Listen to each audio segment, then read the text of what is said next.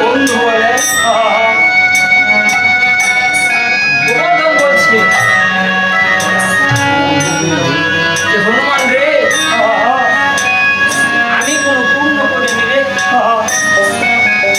এটা হলো আমার পিতার আশীর্বাদ। আর আজকে আমিও বলছি,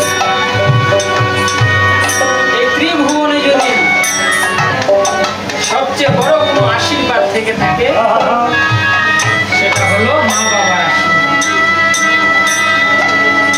তাই এখন হনুমান বলছে গোবর্ধন,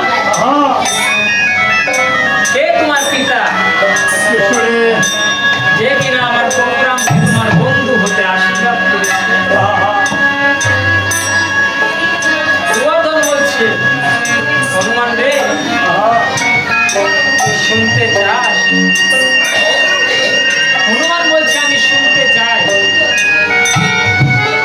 গোবর্ধন বলছে তবে শোন, পূর্বের জন্মে ছিলাম আমি ওই বৈশিষ্ট্য মুনির সন্তান। আমার নাম ছিল বামদেব।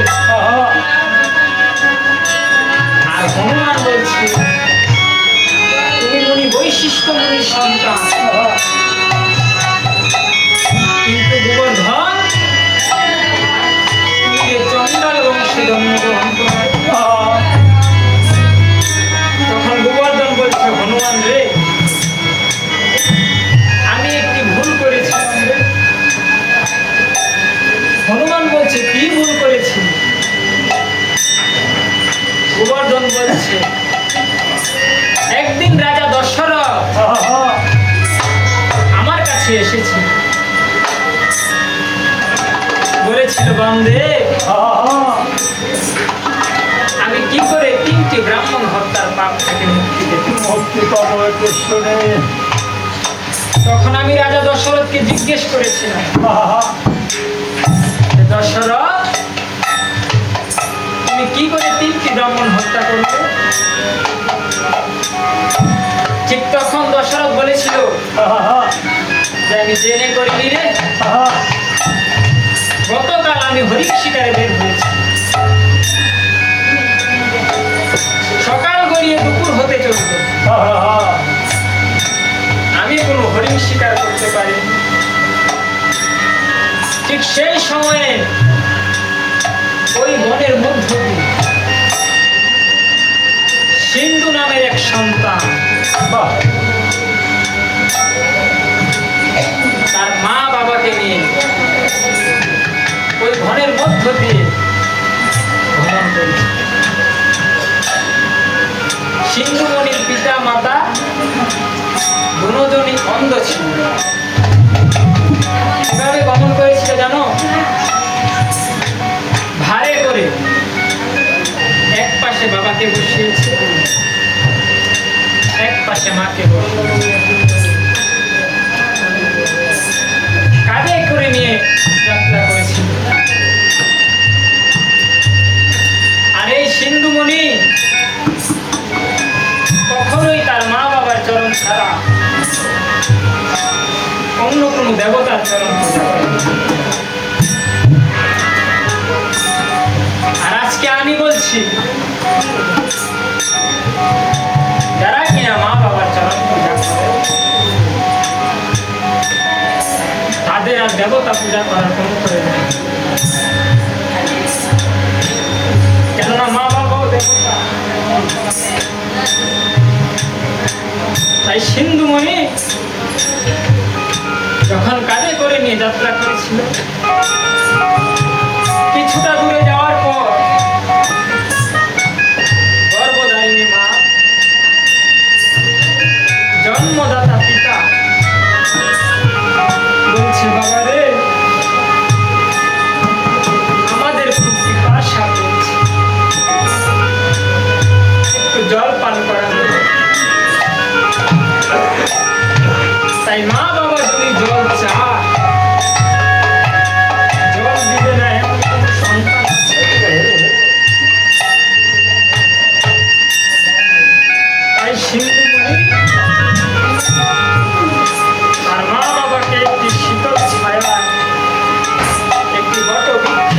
রশ্মি হাতের কলসিটা নিয়ে কিছুটা দূরে যাওয়ার পর কে যেন সিন্ধুমণিকে ডাকছে, সিন্ধু রে সিন্ধু সিন্ধু, তুমি তোমার বাবা মাকে শেষবারের মতো দেখে নাও। কেননা আর দেখা হবে না।